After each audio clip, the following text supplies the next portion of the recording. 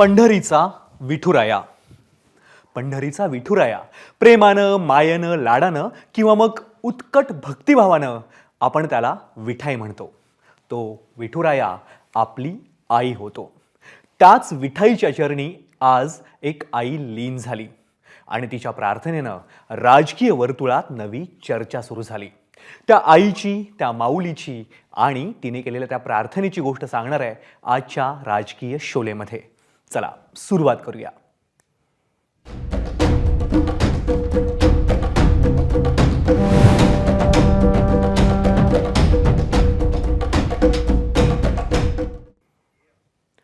अजित पवारांच्या मातोश्री आशाताईंनी आज लाडक्या विठुरायाचं दर्शन घेतलं आणि अर्थातच त्या विठुरायाला एक साकडंही घातलं.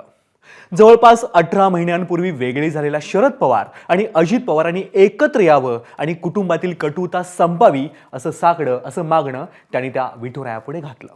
त्यामुळे अजित पवारांच्या मातोश्रींना आपल्या मुलाच्या मनात नेमकं काय सुरू आहे हे समजल्याची चर्चा रंगली आहे.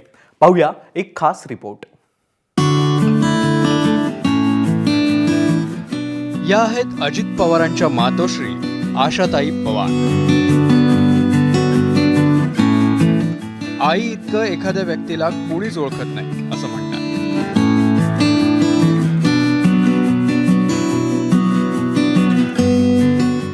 आपल्या लेकाच्या मनात काय चाललंय हे आईला बरोबर कळतं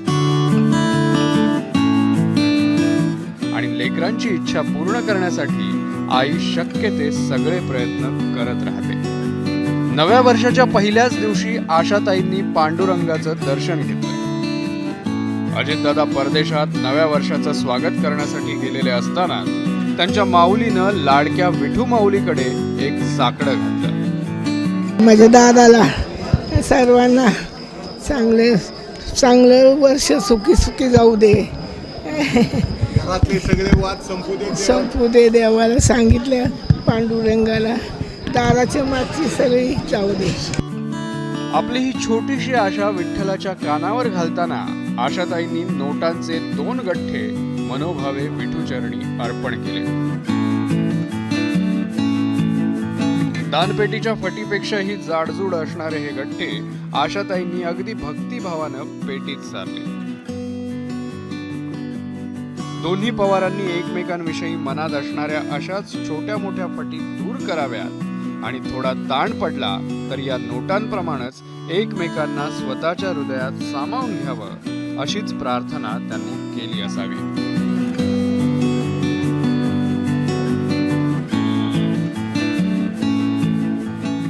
एक मागणं अजित पवारांच्या मनात फट राहू नये यासाठी आणि दुसरं जणू शरद पवारांनी आपलं मन मोठं करावं यासाठी. आता या पद्धतीने सगळीकडनं संवाद सुरू व्हायला लागले. लवकरात लवकर या वर्षात व्हावं असं वाटतंय. शरद पवार आणि अजित दादा एकत्र यावे. हो पांडुरंगाला ऐकणार. हो ऐकणार. आशाताईंची ही छोटीशी आशा आहे असं वाटत असलं तरी ती पूर्ण करण्यासाठी दोन्ही पवारांना आपलं मन मोठं करावं लागणार आहे. मोठं मन करण्यासाठी गेल्या 1.5 वर्षात पडलेल्या अनेक राजकीय फटी बुजवाव्या लागणार आहेत. शरद पवार साहेबांना सदैव दैवत मानत आलेलो आहो. आम्ही जरी राजकीय आमच्या काही वेगळा मार्ग स्वीकारला असेल तरीही आम्हाला पवार साहेबांच्याबद्दल सदैव आदर राहिलेला आहे, राहणार आहे. आणि त्यामध्ये जर एकत्र आले किंवा त्यांच्या पवार कुटुंब एक झालं तर आम्हाला अत्यंत आनंदच वाटेल. आणि मी पवार कुटुंबाचा एक सदस्य म्हणूनच स्वतःला समजतो. माननीय शरद पवार साहेब आणि अजित पवार साहेब यांच्याबद्दलचा निर्णय त्या दोघांनीच घ्यायचा आहे. भारतीय जनता पार्टीकडून ना असण्याचं काही कारण नाही आहे. त्या पक्षाने निर्णय करायचा आहे, त्यांच्या नेत्यांनी निर्णय करायचा आहे. त्यामुळे त्यांच्या निर्णयात मी काही बोलणं योग्य नाही. तर पवार साहेबांनी एवढ्या दिवस आपल्यासाठी एवढी वर्ष अगदी गंभीर आजारात सुद्धा समाजासाठीच ते आजही करतात. दादाबरोबर गेलो त्या दिवसापासून पवार साहेबांच्या समोरच गेलो नाही अजून. एवढा जवळचा आहे मी. जाण्याचा प्रयत्न नाही जाणार मी आता जाणार. साहेबांना सोडून आलो मी, कोणत्या तोंडानं साहेबांच्या समोर जाऊ असं अनेकांना वाटत असेल. म्हणून साहेबांना विनंती करू की बाबा आता एकत्र या.